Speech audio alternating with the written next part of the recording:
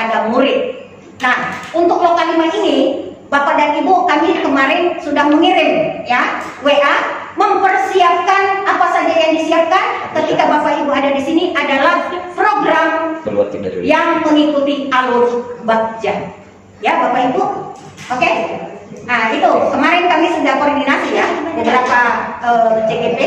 Jadi saya harap untuk hari ini Bapak dan Ibu akan mengadakan yang namanya umpan balik.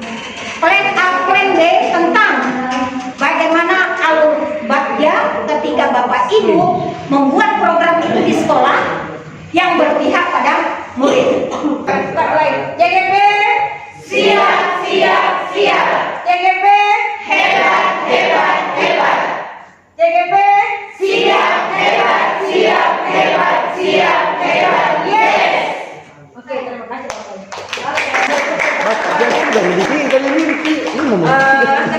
Silakan baca Ibu Ade.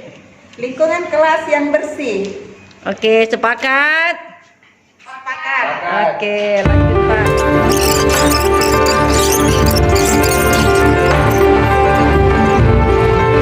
Akan belajar. Jadi sudah disepakati di sana ya?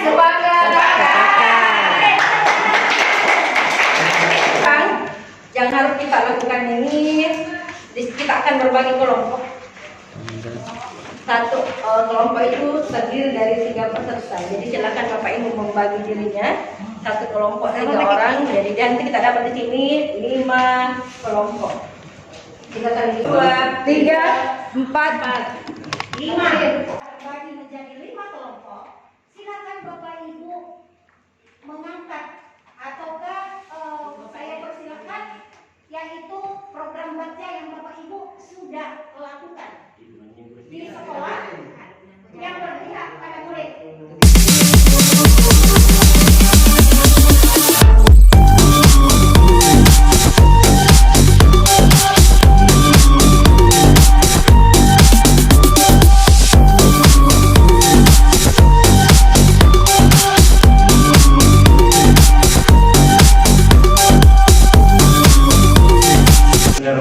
Assalamualaikum warahmatullahi wabarakatuh.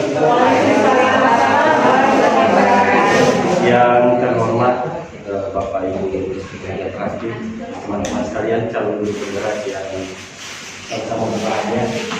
Dari hasil kelompok kami, kelompok 2, ya, ada Ibu Istrinya, Ibu Aulia, kami harusnya ada lipat ke atas, ada pilih ke atas. ya, ini yang kami angkat tentang pengembangan program literasi untuk peningkatan minat baca dan jiwa kepemimpinan pada murid di SMA Negeri 2 Panggung. Jadi ada satu tim surkat, ada satu presentasi.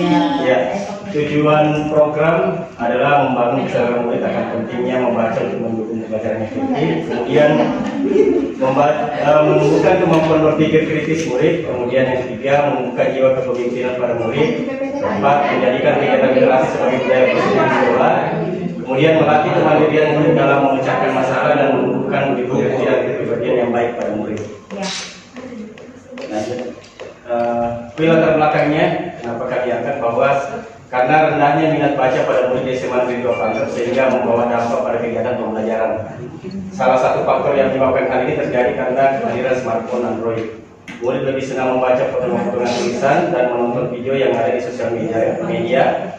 Ini menunjukkan bahwa minat baca ada, tapi daya bacanya yang rendah.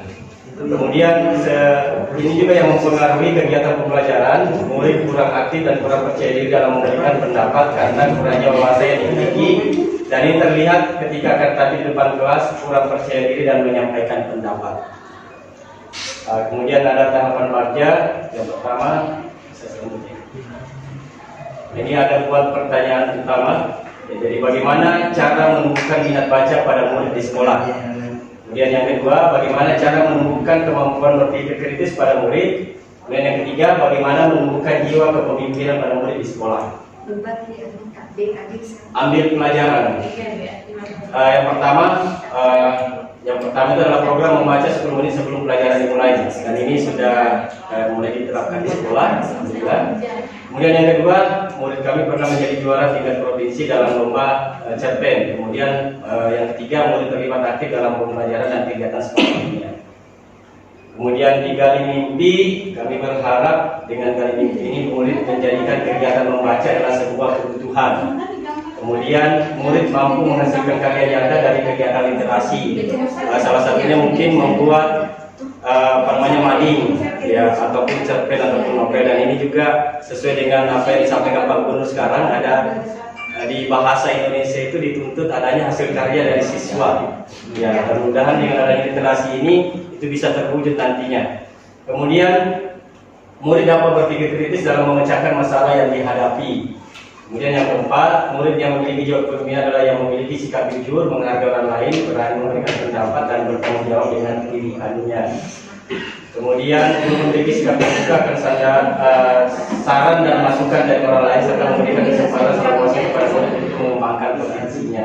Kemudian kepala sekolah memberikan dukungan penuh terhadap program literasi dan mendorong kepemimpinan. Ya, saya kira itu dari kelompok kami. Kalau ada yang mau menanggapi. Oke, Bapak Ibu kita beri tepuk tangan berputar.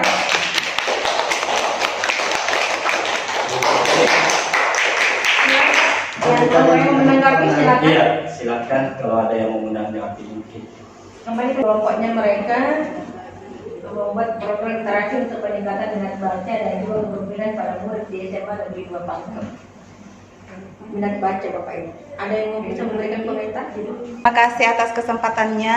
Saya dari kelompok 3. Saya dari kelompok 3 atas nama Adi Fitriani. Yang ingin saya pertanyakan untuk kelompok 1, kelompok 2. Ini sangat luar biasa programnya ya, mengenai literasi. Yang ingin saya pertanyakan, awal-awalnya kan kita itu bersemangat dalam menjalankan program ini. Dalam pemaparan kepada rekan-rekan guru itu menariknya semua, awal-awalnya pasti akan menerima. Nah, yang ingin saya tanyakan, supaya program ini bisa konsisten dilakukan dan secara berkelanjutan, mungkin ada tips dari kelompok 2 bagaimana supaya ini bisa berjalan dengan baik ke depannya secara terus-menerus. Terima kasih. Assalamualaikum warahmatullahi wabarakatuh. Waalaikumsalam warahmatullahi wabarakatuh. Terima kasih Bu atas tanggapannya. Misalnya nanti teman-teman akan bisa mungkin menambahkan. Kalau secara pribadi saya, satu hal mungkin yang perlu kita lakukan untuk menjalankan literasi yang bisa konsisten sebenarnya, kita mulai dari RPP kita. Jadi harusnya di setiap RPP memang kan selama ini kan sudah ada memang sudah literasi, cuma kadang kan memang hanya ada di RPP tapi tidak dijalankan. Ya, jadi sebaiknya memang kita sepakat ketika kita misalnya ada pertemuan rutin di sekolah, dan ini kan memang ada kelanjutannya sebenarnya, bahwa ada evaluasi yang kita lakukan ya untuk setiap pertemuan. Ketika ada rapat bulanan misalnya, kita bisa evaluasi di situ, apakah ini sudah dijalankan atau tidak.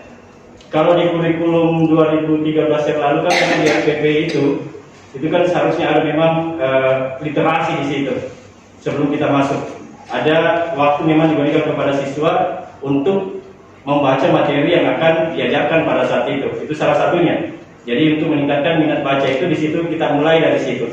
Nah, kemudian langkah selanjutnya adalah selalu melakukan evaluasi. Nah, evaluasi ini diperlukan bukan saja kita sebenarnya, tapi kepala sekolah memang yang harusnya ini. Makanya perlu ada kerjasama, perlu ada selalu konfirmasi kepada kepala sekolah untuk mengingatkan teman-teman apakah program ini bisa lanjut atau tidak, atau berjalan sebagai mestinya atau tidak. Nah, itu yang mungkin kalau dari saya.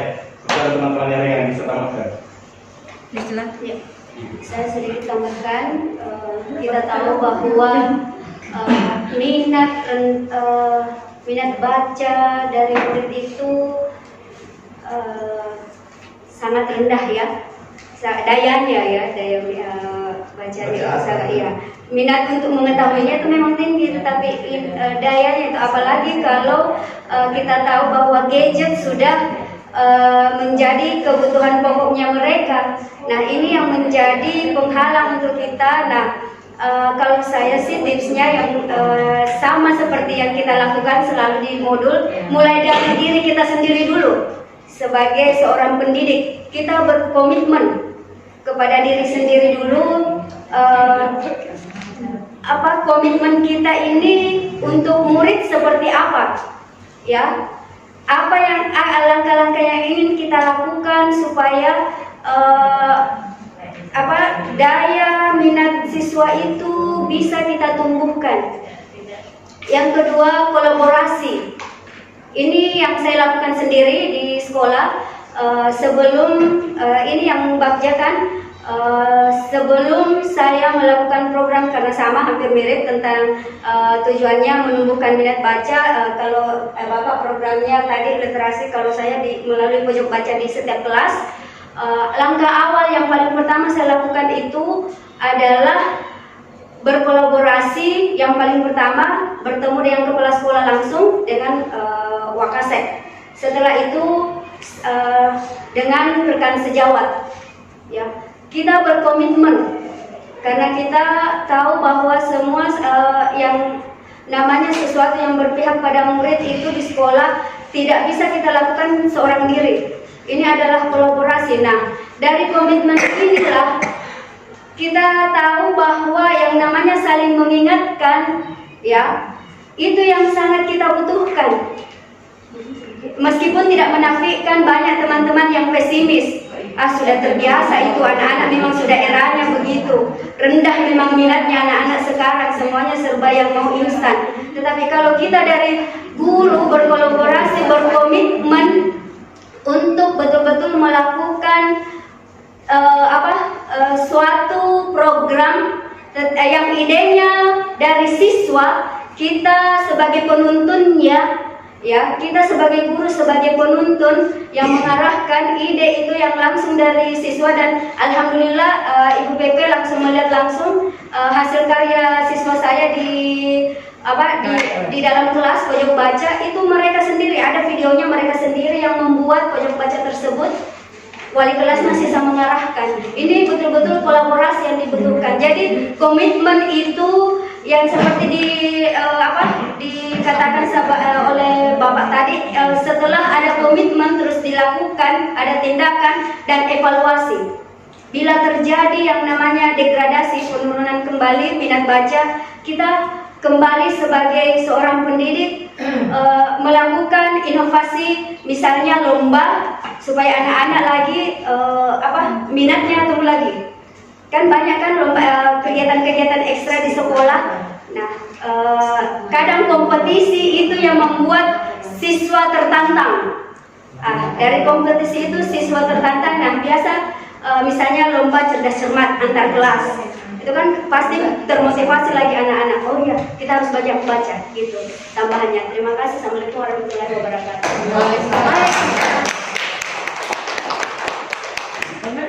Kelompok berikutnya lagi. Boleh? Terima kasih atas kesempatan yang diberikan. Saya Hidri, kami dari kelompok 2 mengucapkan banyak terima kasih atas kesempatan yang diberikan. Kami tutup. Assalamualaikum warahmatullahi wabarakatuh. Waalaikumsalam warahmatullahi wabarakatuh. Terima kasih atas kesempatan yang diberikan. Kami dari kelompok 3 ingin kemudian mempresentasikan hasil diskusi kelompok kami tentang perumusan program yang akan kami jabarkan dengan ke depannya. Saya sebagai moderator Asdar, kemudian presentatornya adalah Fitriani Taslim dan konten kreatornya adalah Ade Fitriani. Saya persilakan kepada Assalamualaikum warahmatullahi wabarakatuh. Terima kasih atas kesempatan yang telah diberikan kepada kami. Pada kesempatan kali ini kami akan memaparkan program atau kegiatan yang berdampak positif pada murid. Adapun nama program yang kami gagas adalah Giat Berlima. Jadi Giat Berlima ini merupakan akronim dari Giat Bersama R5. Jadi R5 ini terdiri dari R1 recycle atau mendaur ulang, kemudian R2 reuse, R3 reduce pengurangan, kemudian replace dan reclaim atau menanam kembali. Adapun komponen profil pelajar Pancasila yang ingin dikembangkan dari kegiatan ini adalah sikap mandiri, berpikir kritis, kreatif, dan bergotong royong. Kemudian karakteristik lingkungan yang mendukung tumbuhnya kepemimpinan murid di sini adalah yang pertama, lingkungan yang mengembangkan keterampilan berinteraksi sosial secara positif, arif, dan bijaksana. Lingkungan yang melatih keterampilan murid dalam proses pencapaian tujuan akademik maupun non-akademik. Kemudian lingkungan yang melatih murid untuk bisa menerima dan memahami kekuatan diri, sesama, dan masyarakat serta lingkungan di sekitarnya. Adapun prakarsa perubahannya seperti yang saya katakan tadi adalah melalui program Giat Berlima dapat mengembangkan karakter peduli lingkungan dan hidup bersih pada murid, serta menumbuh kembangkan karakter profil pelajar Pancasila seperti mandiri, gotong royong, kreatif, dan berpikir kritis. Nah, kita beralih pada tahapan bagja. Nah, ini poin yang paling penting sebenarnya. Yang pertama adalah buat pertanyaan utama atau define. Bagaimana meningkatkan karakter peduli lingkungan dan hidup bersih pada murid, sekaligus menumbuh kembangkan sikap mandiri, gotong royong, kreatif, inovatif, dan berpikir kritis. Nah, adapun tindakan yang dilakukan di sini yang pertama tentunya diskusi, koordinasi dengan kepala sekolah mengenai program atau kegiatan yang selama ini telah berhasil dilakukan yang terkait dengan peningkatan karakter peduli lingkungan dan hidup bersih. Kemudian yang kedua, diskusi dengan rekan kerja mengenai program atau kegiatan yang berdampak positif pada murid, terutama dalam poin meningkatkan karakter peduli lingkungan dan hidup bersih. Nah, kemudian ambil pelajaran. Di sini kegiatan apa saja yang selama ini dilakukan di sekolah untuk mengembangkan kepedulian murid terhadap lingkungan. Kemudian bagaimana pengolahan sampah yang selama ini dilakukan di sekolah. Nah, kemudian selanjutnya bagaimana bentuk keterlibatan murid dalam pengolahan sampah di sekolah. Dari pertanyaan-pertanyaan ini kemudian kita menyusun tindakan atau penyelidikan yang akan dilakukan untuk menjawab pertanyaan tersebut. Adapun tindakan atau gagasan yang dilakukan, yang pertama berdiskusi dengan kepala sekolah dan wakil kepala sekolah bagian kesiswaan. Jadi kita harus membicarakan hal ini kepada kepala sekolah dan bagian kesiswaan yang tentunya sangat memahami program atau kegiatan yang selama ini berlangsung di sekolah. Kemudian berdiskusi dengan rekan kerja, terutama pembina OSIS yang nantinya akan membantu dalam menggerakkan murid-murid dalam melaksanakan program ini. Dan yang terakhir adalah gali mimpi. Seperti apa bentuk kegiatan Giat Berlima yang dapat meningkatkan karakter peduli lingkungan dan hidup bersih. Kemudian apa hal positif yang didapatkan oleh murid ketika program Giat Berlima ini berhasil dilaksanakan. Kemudian yang terakhir adalah apa dampak positifnya bagi sekolah dengan dilaksanakannya program Giat Berlima ini. Nah, inilah beberapa kegiatan yang dilakukan dalam program ini. Yang pertama, memilah sampah organik dan anorganik. Jadi untuk sampah anorganik didaur ulang, dan tentunya ini kembali lagi pada suara dan pilihan murid, apakah mau dibuat kerajinan dalam bentuk tas misalnya atau dalam bentuk karya lain, kita kembalikan lagi pada murid sesuai dengan pilihan suara dan kepemilikannya. Kemudian adapun sampah organiknya itu dibuat kompos. Jadi tadi anorganiknya didaur ulang, kemudian organiknya juga dikompos. Selanjutnya murid menjual sampah yang bernilai ekonomis kepada penadah. Jadi setiap minggu kita tetapkan hari Sabtu sebagai hari di mana anak-anak mengumpulkan limbah yang telah diambil di sekolah kemudian dijual kepada penadah. Selanjutnya murid melakukan penanaman pohon di halaman maupun di lingkungan sekolah, ini bentuk replant. Dan terakhir adalah murid membawa tumbler ke sekolah. Jadi tidak ada lagi yang membeli minuman di kantin. Jadi mereka membawa sendiri tumbler dan alhamdulillah program ini sudah terlaksana di sekolah kami, dan alhamdulillah sangat mendapatkan dukungan yang luar biasa dari kepala sekolah maupun rekan sejawat. Terima kasih, saya kembalikan kepada sekolah. Oke, tepat. Demikian dari presentasi yang disampaikan oleh teman kami. Selanjutnya kami kembalikan kepada teman-teman untuk bertemu. tangan kepada kami. Jadi dari hasil presentasi dari presenter tadi cukup menarik apa yang dibahas. Apalagi tadi 5 berlima. Giat berlima. Giat bersama ya 5. Nah, saya kira artinya hampir semua sekolah yang ada di apa namanya di Pangkep ini di Indonesia tentu sudah ada program pengembangan atau pengolahan sampah.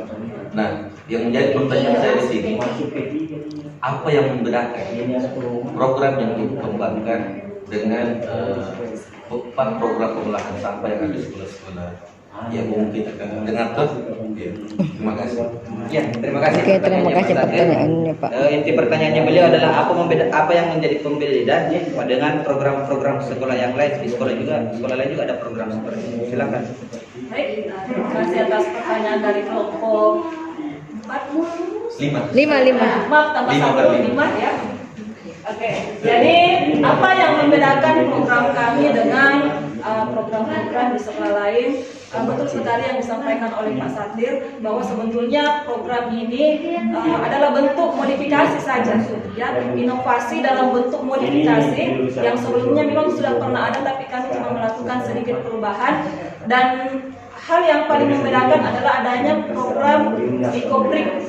Jadi EcoBrick itu adalah sampah-sampah plastik atau kresek yang kemudian dimasukkan ke dalam botol plastik sampai botol itu penuh, sampai betul-betul padat, tidak bisa lagi ditambahkan sampah. Jadi EcoBrick itu sebenarnya adalah bentuk bata, ya, bata dalam bentuk plastik. Jadi nanti EcoBrick itu bisa kemudian dijadikan pagar di halaman-halaman sekolah atau halaman kelas, bisa dibuat dalam bentuk meja atau dalam bentuk kursi yang kemudian kita tata di halaman sekolah. Jadi di sini sudah ada pemanfaatannya dalam bentuk tempat duduk atau meja yang kemudian bisa digunakan oleh murid-murid kita. Selain itu juga menambah nilai estetika sekolah, dan juga murid-murid itu mungkin akan lebih termotivasi lagi. Oh, ini adalah karya saya.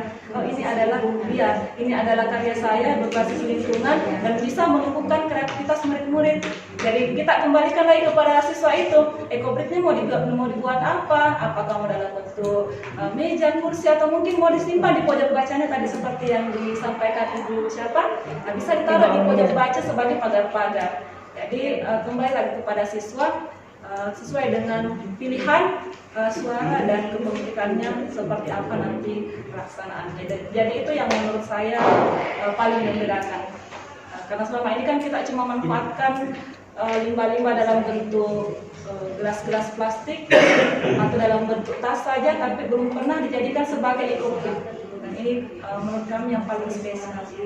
Alhamdulillah di sekolah sudah berjalan dan harapannya akan terus berlanjut seperti itu. Oke, terima kasih atas tanggapan.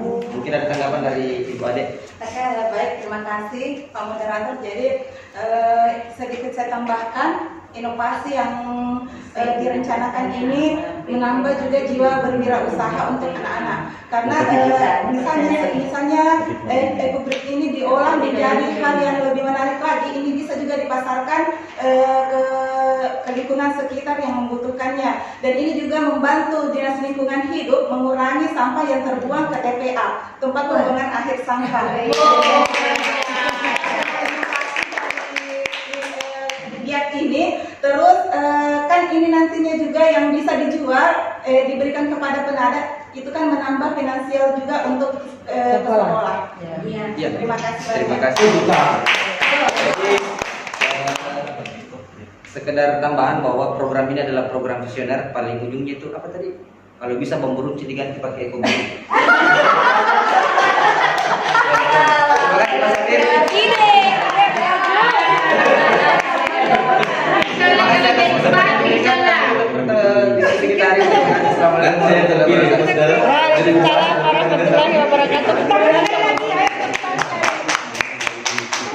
Bismillahirrahmanirrahim. Assalamualaikum warahmatullahi wabarakatuh. Baik, sebelum saya mempersilahkan presentasi saya untuk memanfaatkan tiap item dari presentasi kami, Lebih awal kami memperkenalkan diri, kami dari kelompok 5. Adapun yang menjadi moderator pada kesempatan ini adalah saya sendiri. Kemudian saya kami persilakan kepada peserta kami untuk memaparkan. Baik, terima kasih atas kesempatan yang diberikan. Bismillahirrahmanirrahim. Assalamualaikum warahmatullahi wabarakatuh. Waalaikumsalam warahmatullahi wabarakatuh. Sebelumnya seperti yang tampil di atas Bapak Ibu sekalian, bahwa prakarsa perubahan yang kami angkat di kelompok kami adalah SIPAMASE. SIPAMASE ini adalah singkatan dari kreasi pemanfaatan mading sekolah. Mungkin bagi Bapak Ibu sekalian ini adalah hal yang sudah biasa, tapi untuk saya terutama di sekolah saya pribadi yang terletak di daerah pesisir atau daerah di laut, ini merupakan suatu program yang saya anggap luar biasa, karena memang di sekolah saya tersebut masih kurang dalam hal kegiatan yang dapat menumbuhkan jiwa kepemimpinan. Nah, kegiatan SIPAMASE ini adalah kegiatan atau program pemanfaatan mading sekolah yang diharapkan dapat menumbuhkan kepemimpinan murid melalui upaya mempromosikan suara pilihan ataupun kepemimpinan murid. Selain itu, kegiatan ini dilaksanakan untuk mengembangkan keterampilan yang ada dalam diri murid sebagai kekuatan diri yang dibutuhkan dalam pencapaian proses tujuan akademik maupun non akademiknya. Mungkin langsung saja Pak kita melakukan di bagian rencana pelibatannya. Nah, di bagian dari mimpi ini rencana untuk melibatkan baik dari pihak murid ataupun lingkungan yang ada di sekitar. Yang pertama yaitu ada modal manusia. Modal manusianya ini terdiri atas kepala sekolah, guru dan murid itu sendiri. Nah, maksudnya di sini dalam upaya pengembangan pemanfaatan mading sekolah ini, rencananya ke depan akan yang pertama yang akan dilaksanakan adalah terutama meminta izin atau meminta pendapat dulu dengan kepala sekolah, tentunya sebagai pemangku kebijakan. Nah, setelah mendapat izin dari kepala sekolah, tentu menyampaikan informasi ini kepada rekan sejawat yang mungkin akan bisa diajak berkolaborasi terhadap kegiatan yang akan disusun atau direncanakan. Kemudian yang ketiga adalah menyampaikan kepada murid terkait tentang bagaimana itu pemanfaatan mading sekolah yang ada namun tidak dimaksimalkan dengan baik. Misalnya saja meminta kepada murid ketika ada kreasi atau hasil tugas dari gurunya atau masing-masing di kelasnya mungkin dapat ditampilkan atau dipajang di mading sekolah. Nah, tentu ini dapat menambah perasaan senang, semangat untuk terus menularkan ide-ide atau pendapat terkait tentang pembelajaran yang mereka laksanakan. Kemudian yang kedua ada modal fisik. Modal fisik di sini adalah adanya papan mading sekolah. Nah, memang papan mading di sekolah sudah ada tapi belum dimanfaatkan dengan baik, sehingga saya menganggap ini adalah salah satu sebagai modal aset yang dapat dimanfaatkan dengan baik. Kemudian yang ketiga modal lingkungan, yaitu keadaan dan suasana sekolah yang memungkinkan murid dapat memaksimalkan potensi seperti tadi yang saya katakan bahwa dengan adanya pemanfaatan mading ini mungkin salah satunya dapat menambah estetika sekolah lebih cantik yang awalnya hanya papan polo saja yang tidak ada hasil kreasi atau gambar visual, sehingga ini mungkin dapat menambah suasana sekolah yang lebih menyenangkan. Mungkin seperti itu saja pemaparan dari saya. Baik. Yang saya kembalikan tepuk tangan.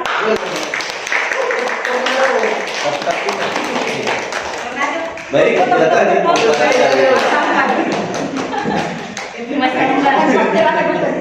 Oke, itulah tadi pemaparan dari bersama kami. Kemudian kita masuk pada sesi tanya jawab. Kami persilakan kepada rekan-rekan yang ada di untuk mengajukan pertanyaan. Silakan. Oke. 5/3. Assalamualaikum warahmatullahi wabarakatuh. Terima kasih atas kesempatan yang telah diberikan kepada saya. Terus terang untuk program ini saya sangat tertarik, Bu, karena di sekolah ada aset berupa papan mading yang sampai saat ini belum diberdayakan. Mungkin sebelum saya terangkat di sekolah tersebut sempat digunakan, namun sampai saat ini saya lihat sudah tidak pernah lagi terpakai.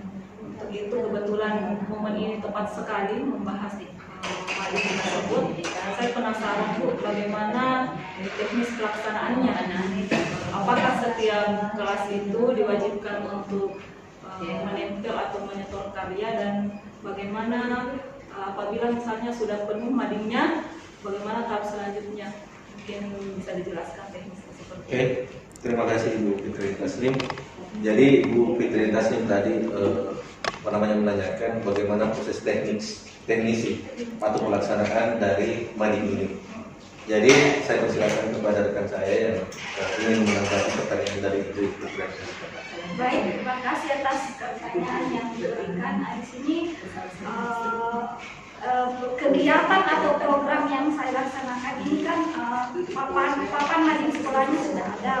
Nah, jadi secara teknisnya yang pertama yang saya laksanakan adalah tentu merombak atau memperbaiki tampilan utamanya dari papan atau mading sekolah. Misalnya saya bisa bekerja sama dengan rekan guru yang menjabat sebagai bendahara bantuan operasional sekolah, tentu terkait dengan hal dana untuk memperbaiki ulang supaya tampilan papan mading sekolah ini agar lebih menarik. Itu yang pertama. Ada bendahara. Nah, setelah dana sudah ada atau disetujui pun dengan pihak sekolah sebagai pemangku jabatan, mungkin langkah selanjutnya yang bisa dilaksanakan adalah karena saya yang pertama dulu, karena saya di sekolah dasar masih pemahaman murid dalam hal kreativitas mungkin tidak bisa dibandingkan dengan anak SMP atau SMA. Nah, kalau pelibatan dalam hal kreasi ini saya lebih memfokuskan untuk kelas 456 karena kelas 456 karena mungkin kalau kelas 1, 2, 3 agak masih kurang dalam hal anak-anak berkreasi, agar mungkin artinya ini masih perlu bimbingan penuh, tidak sama hanya dengan kelas 456. Makanya saya di sini mengajak wali kelas berkolaborasi kelas 456 untuk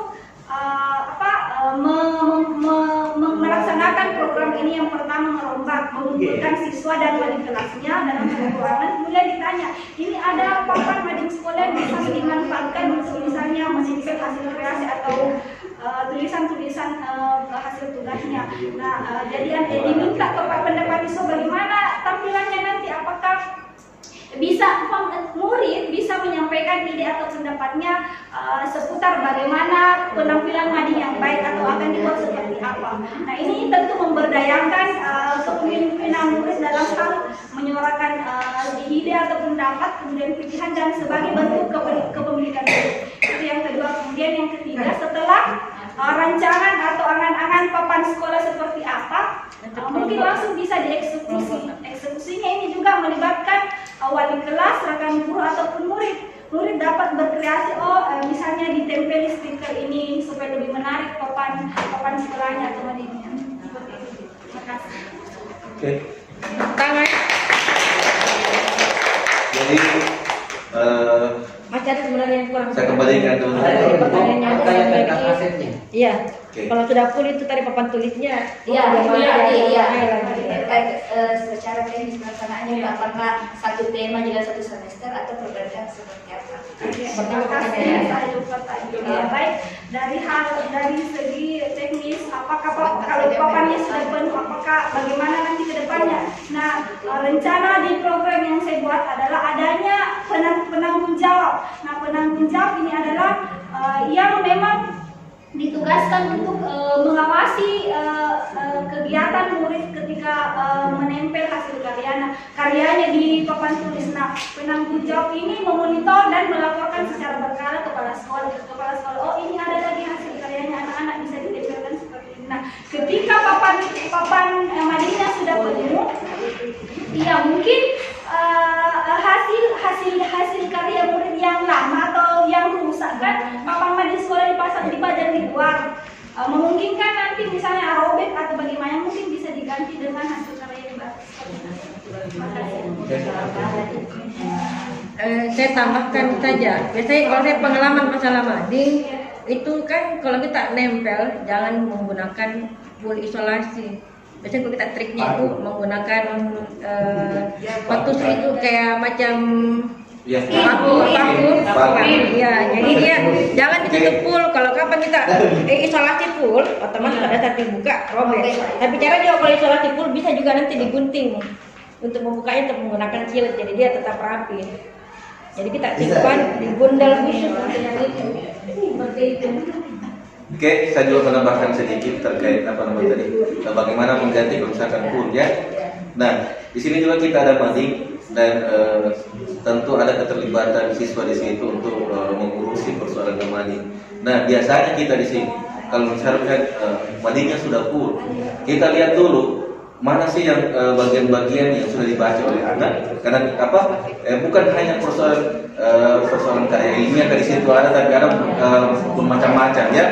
Jadi dia dulu sesuai dengan kebutuhan anak. Kalau misalkan informasi itu masih dianggap penting untuk dikonsumsi oleh siswa, maka tetap dipertahankan, dan kalau misalkan sudah tidak, maka dicabut untuk diganti dengan sesuatu yang baru. Ya, saya kira demikian. Silakan Pak Mas.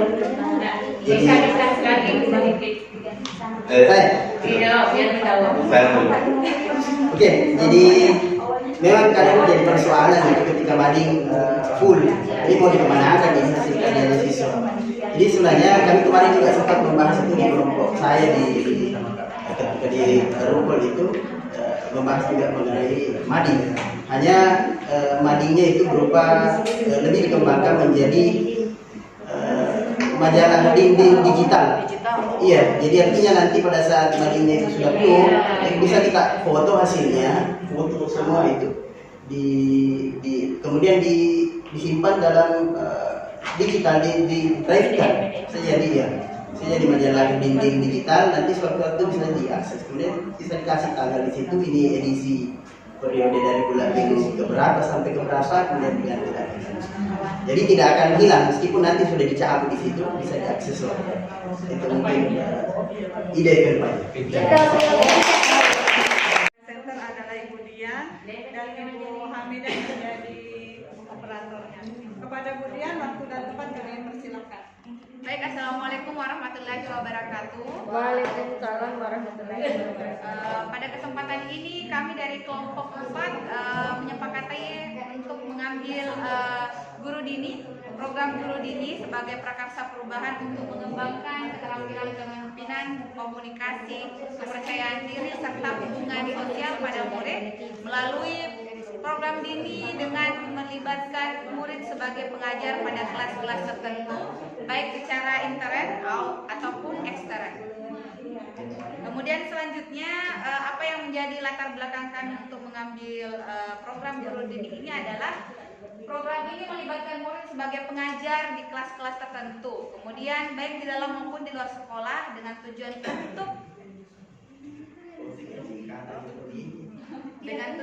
untuk mengembangkan keterampilan kepemimpinan, komunikasi, kepercayaan diri dan hubungan sosial pada murid. Selanjutnya di bawahnya, apa itu Guru Dini? Jadi saya ulang kembali, Guru Dini adalah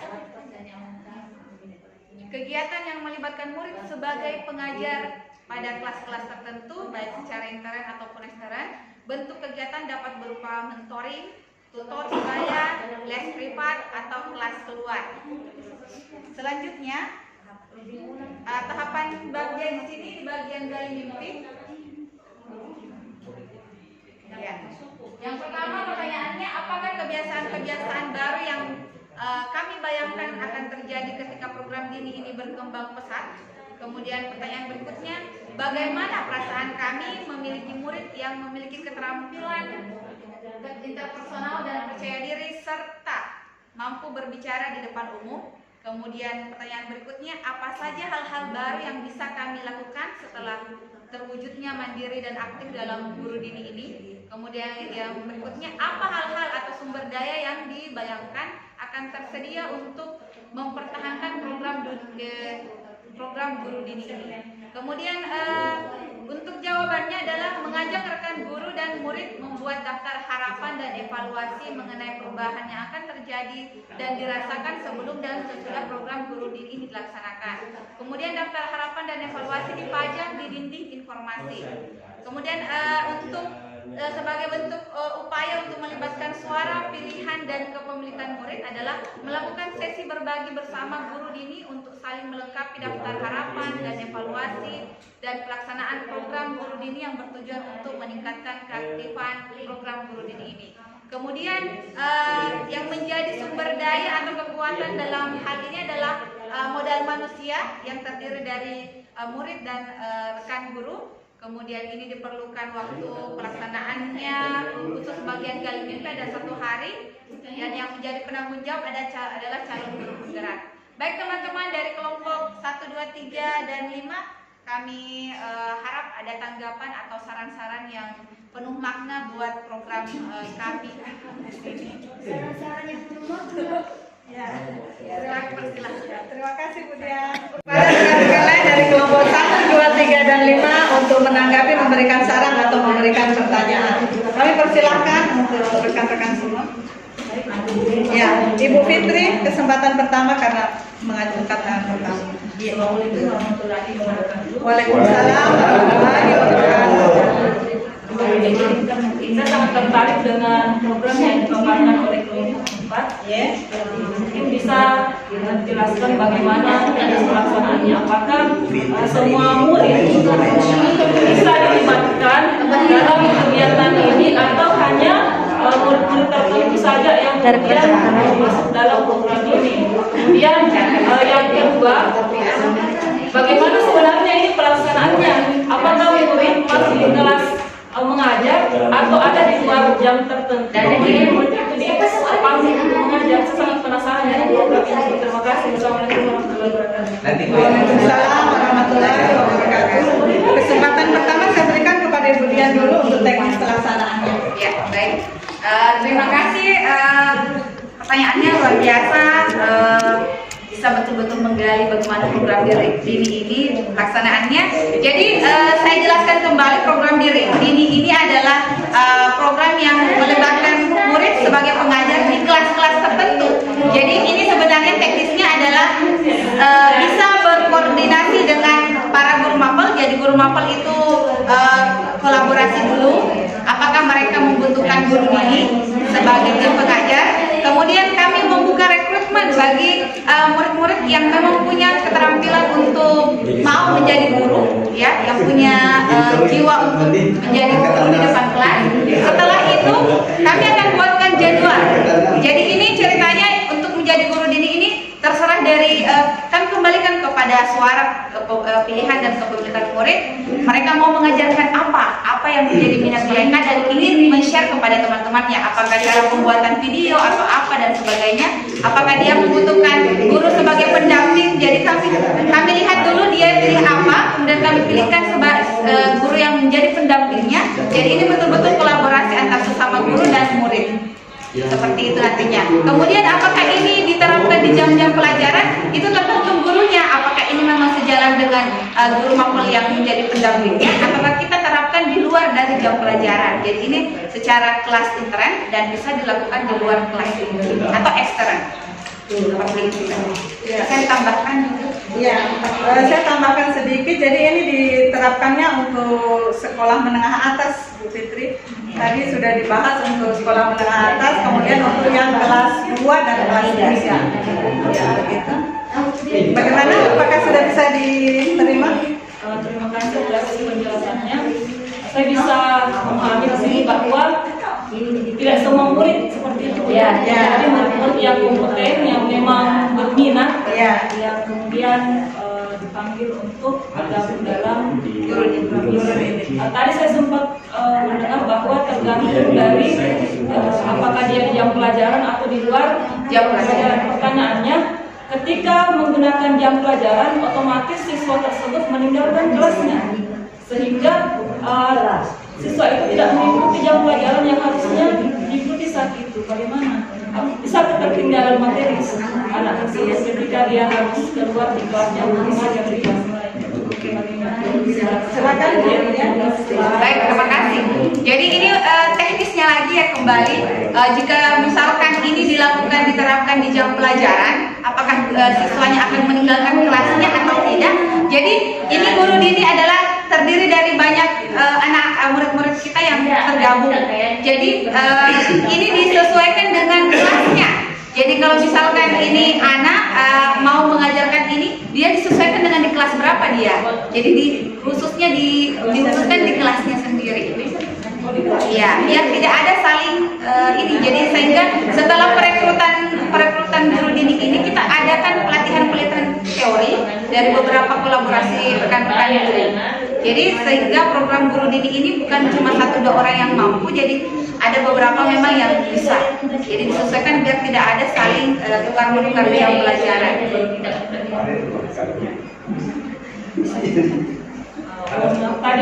Tadi saya ada miskonsepsi ya, karena sempat saya baca tadi di slide mengajar di kelas lain. Jadi pemahaman saya tadi kelasnya ada ini meninggalkan kelasnya dong, kalau seperti itu berarti dia tidak mengikuti kelas pada saat itu. Tapi karena sudah tadi dijelaskan dan alhamdulillah saya sudah bisa memahami. Kelas luar ya Ibu, maksudnya tadi kelas luar. Jadi maksudnya di luar dari jam pelajaran. Berarti setelah pulang sekolah jika ada melakukan ekstra. Jadi dia bisa intrakurikuler, bisa juga ekstrakurikuler. Misalnya masalah tentang materi video, kan ini dilakukan setelah proses pembelajaran. Jadi saya Ada tadi pastor. Dan maksudnya yang jenis programnya yang ada tetap supaya jenis itu bagaimana?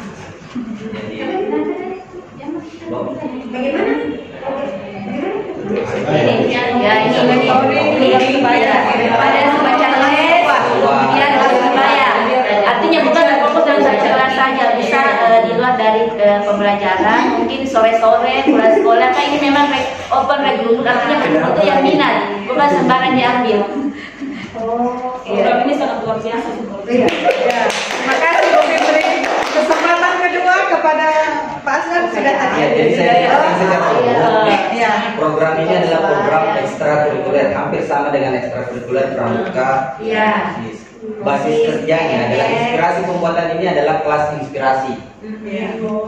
Basis kerja inspirasi pembuatan program ini. Jadi bukan anak ini mengajar di kelas-kelas lain, tidak, tapi dia bisa saja berupa mentor atau tutor kepada kelas-kelas luar jika diperlukan. Misalnya kelas anak jalanan, dibuatkan hari waktu tertentu terjadwal, misalnya hari Minggu pengamen-pengamen, kelas apa yang bagus dikasihkan. Ada anak SMK misalnya yang mau musik, dibawa dia ke sana memberikan tutor.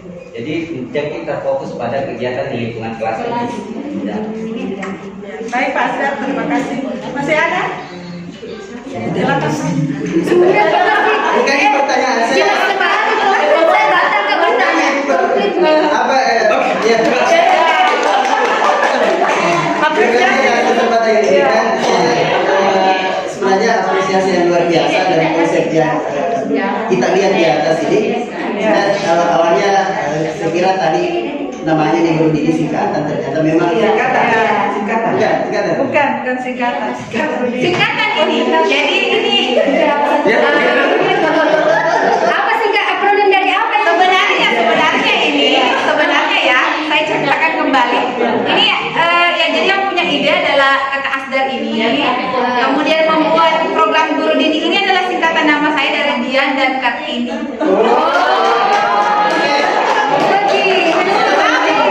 Namun dikembalikan pada kata dini ini sendiri dalam bahasa Indonesia kan dini adalah yang muda. Apa sejalan? Oke. masih ada. Dari bahasa Indonesia. Ternyata adalah singkatan.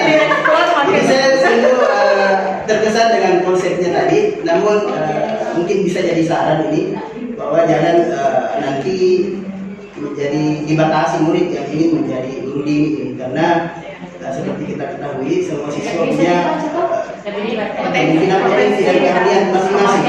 Dia tidak mampu matematika, mungkin dia jago main takraw. Jadi bisa saja dia diangkat sebagai guru dini untuk melatih adik-adiknya orang lain menjadi sesuai dengan bakat dan kemampuan yang dia. Pokoknya kalau mau jadi guru apa bakat masuk. Kemudian Terakhir mungkin yang jadi masalah ketika kelas sekolahnya namanya begini. Itu mungkin. Iya, programnya di dinas ini.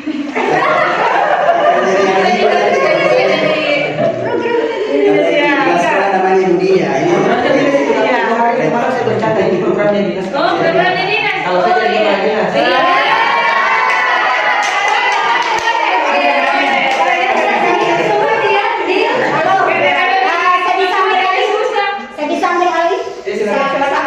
Jadi sebenarnya program ini kami juga sudah jalankan karena saya di luar dari pekerjaan saya sebagai guru di sekolah, yaitu dalam setiap hari Minggu kami ada program seperti ini, yaitu Guru Hebat Berbagi. Saya sebagai pengajar ada sukarela dan ada tim ahli yang mengajar. Jadi anak-anak sasarannya adalah SD dan SMP. Lokusnya Bapak Ibu dipangkep sudah 24 lokus. 24. Jadi ada namanya rumah belajar. Jadi kalau dilambatkan itu ada di Pak Ridwan yang sebagai koordinator untuk angkatan 3. Itu saya mengajar setiap hari Minggu. Waktunya hanya 2 jam. Jadi program ini sebenarnya kami juga sudah jalankan. Yang tadi juga mading. Nah ini yang menjadi pertanyaan saya dalam mading tadi, diganti per minggu atau diganti per bulan. Karena kalau per minggu itu biasanya susah ya, susah. Apalagi karya-karya anak yang mau ditampilkan. Lalu anaknya tidak mungkin serta-merta langsung menggali ide-idenya untuk ditampilkan di mading. Jadi kalau bisa 1 bulan, kalau memang ada. Lalu bentuklah panitia. Siapa bagian perwajahan, siapa bagian naskah, siapa bagian ini dan seterusnya. Nah inilah yang menjadi satu PR kita semua guru yang ada di sini untuk kalau memang ada madingnya di sekolah. Kalau ini kegiatan ekstra kurikuler, intrakurikuler, ini saya sudah jalankan juga. Dan sementara ini berjalan. Nanti Ramadan kami berhenti dulu, nanti setelah Ramadan lanjut lagi. Jadi Bapak Ibu bisa bergabung ke kami sebagai tim sukarelawan mengajar anak SD. Ya. Terima kasih Bunda atas sharing dan penguatannya. Mungkin demikian presentasi kami, kurang lebihnya mohon maaf dan tepuk tangan untuk kelompok kami.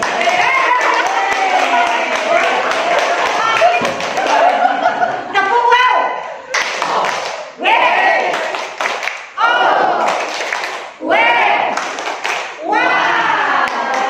Assalamualaikum warahmatullahi wabarakatuh.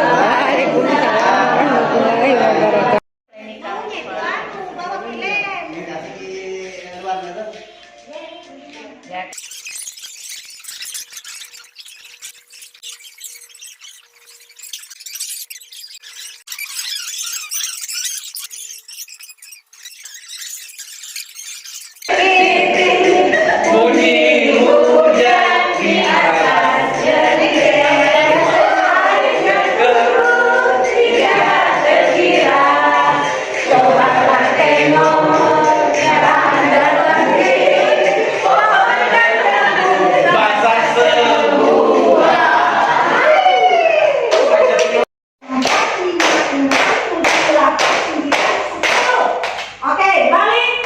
Ini ya, sini ya. Oke ya.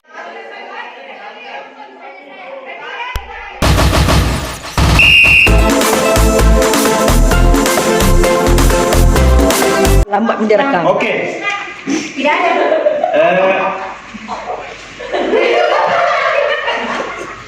Penjelasannya sangat detail. Berarti bagus. Ya. Ya. Saya kira ini saja Bunda. Teman-teman. Bisa dijadikan contoh, mantap. Ya. Yang ketiga, mantap mendorong jiwa intervenur murid. Mantap. Kemudian yang ketiga ada gap yang cukup lama antara proses tanam sampai proses pemasaran, tidak paling lama hanya 1 bulan. Oke, sudah mengikuti Saya tidak menarik itu. Jadi program yang banyak dikritisi oleh teman-teman yaitu program murid bicara. Bicara itu kebanyakan dari bersama diskusi curhat dengan konsep brainstorming. Masukan pertama keren, memang sangat keren ini. Yang kedua adalah keren tapi tidak ada choice, voice dan ownership. Ya, tidak dijelaskan di latar belakang, tapi kalau butuh penjelasan silahkan ke meja.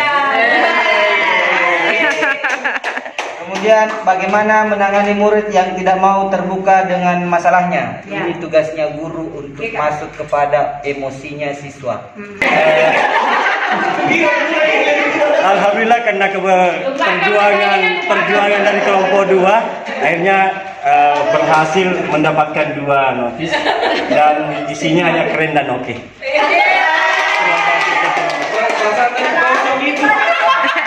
Bismillahirrahmanirrahim. Alhamdulillah kami dari kelompok 1 Galeri Wongke itu literasi digital. Ini banyak sticky note-nya, tetapi isinya keren dan mantap.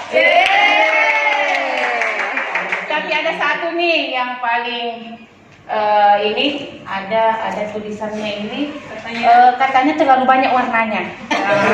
Terlalu banyak warna ya, sekedar tahu kami dari kelompok 1 disitulah warna menandakan banyak suara, banyak suara. Kemudian disinilah kita belajar pembelajaran berdiferensiasi. Makin banyak warna, makin asik dan makin cantik kelihatan. Tapi ada satu juga nih, ini saya tadi sempat ini bukan saya punya gambar ya. Ternyata ada yang tempel sticky note latar belakang bayi gantung diri. Ini bahaya. Politik, macam-macam politik. Politik bukan saja artinya politik, tapi politik. Bagaimana mempengaruhi sifat-sifat itu bisa mengatakan suaranya, membuatkan pilihannya dan kepentingan. Ini yang perlu dilakukan. Bagaimana cara kita untuk menerapkan program tentu kita memperdayakan segala aspek yang ada.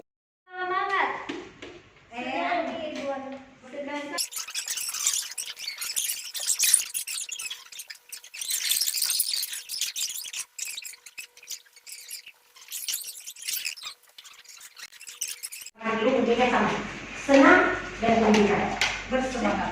Yang kedua adalah bagaimana Bapak Ibu pelajari mulai dari awal sesi sampai akhir sesi refleksi. Apa yang Bapak Ibu pelajari ternyata hanya satu yang berkesan di kepala Bapak Ibu. Apa itu? Bagja. Marilah Bapak Ibu, kita akan menyambung kata, menyambung rasa di dalam pertemuan terakhir Lokakarya 5 ini, di mana sebentar Bapak Ibu kita juga memasuki bulan Ramadan. Kami PT bertiga mengucapkan mohon maaf lahir batin. Ada kata-kata yang salah jangan simpan di dalam hati. Anggaplah bahwa itu sebagai motivasi, sebagai refleksi untuk diri kita semua. Amin. Amin. Baik, saya akan membuat satu kalimat untuk mengungkapkan perasaan saya dan akan melanjutkan ke yang ada di ruangan ini.